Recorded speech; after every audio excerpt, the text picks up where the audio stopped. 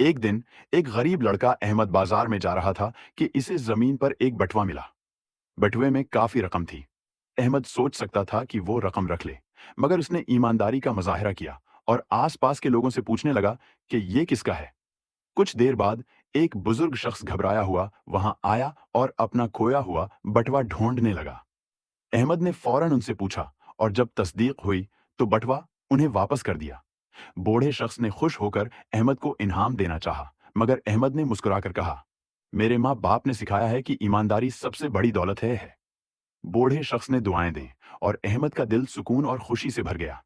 सबक: सच्चाई और ईमानदारी हमेशा कामयाबी दिलाती हैं, चाहे हालात जैसे भी हों। ये थी आज की कहानी, जो है हमें सिखाती है कि ईमानदारी और सच्चाई सबसे बड़ी ताकत है। अगर आपको ये कहानी पसंद आई तो लाइक और कमेंट करें और मजीद ऐसी कहानियों के लिए हमारे चैनल को सब्सक्राइब करें। जज़ाक अल्लाह खैरन।